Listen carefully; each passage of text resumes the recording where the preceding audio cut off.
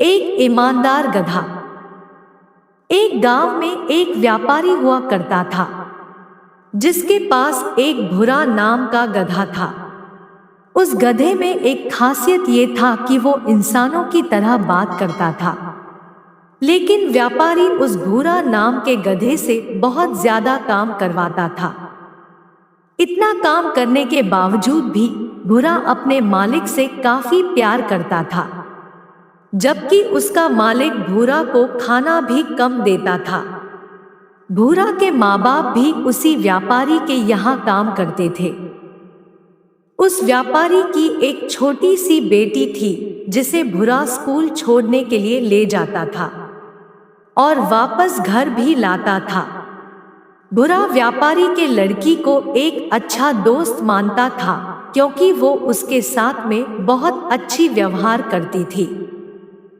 व्यापारी थोड़ा घमंडी टाइप का व्यक्ति था, जिस वजह से उस गांव के लोग भी व्यापारी से बातचीत नहीं करते थे और इस वजह से ही गांव के दूसरे बच्चे व्यापारी के छोटी बेटी गुड़िया के साथ में बातचीत नहीं करते थे।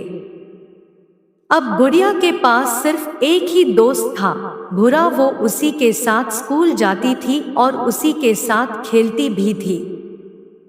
एक दिन की बात है जब भूरा और व्यापारी दोनों एक जंगल से होते हुए घर जा रहे थे और रात का समय हो गया था। फिर एक शेर उन दोनों के सामने आकर खड़ा हो गया और पूछने लगा कि बताओ, मैं तुम दोनों में से किसे खाऊं?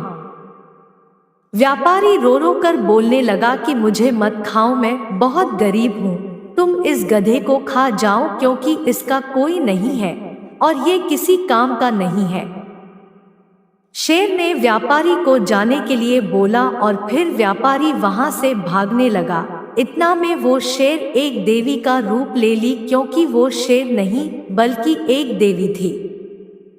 और वो भूरा से बोलने लगी कि तुम जिसे अपना मालिक समझते हो, जिसका जान बचाने के लिए अपना जान दांव पर लगाए, वो तुम्हारे लिए कुछ भी नहीं सोचता है। ये देख व्यापारी वापस भूरा के पास आया और माफी मांगने लगा। बोला कि मुझे माफ कर दो, अब हम तुम्हें कभी तकलीफ नहीं पहुंचाएंगे और अपना घर के सदस्य जैसा मानेंगे। देवी भी भूरा से बहुत खुश थी। उन्होंने भूरा को आशीर्वाद देते हुए चली गई और भूरा एवं व्यापारी भी अपने घर वापस आ गए।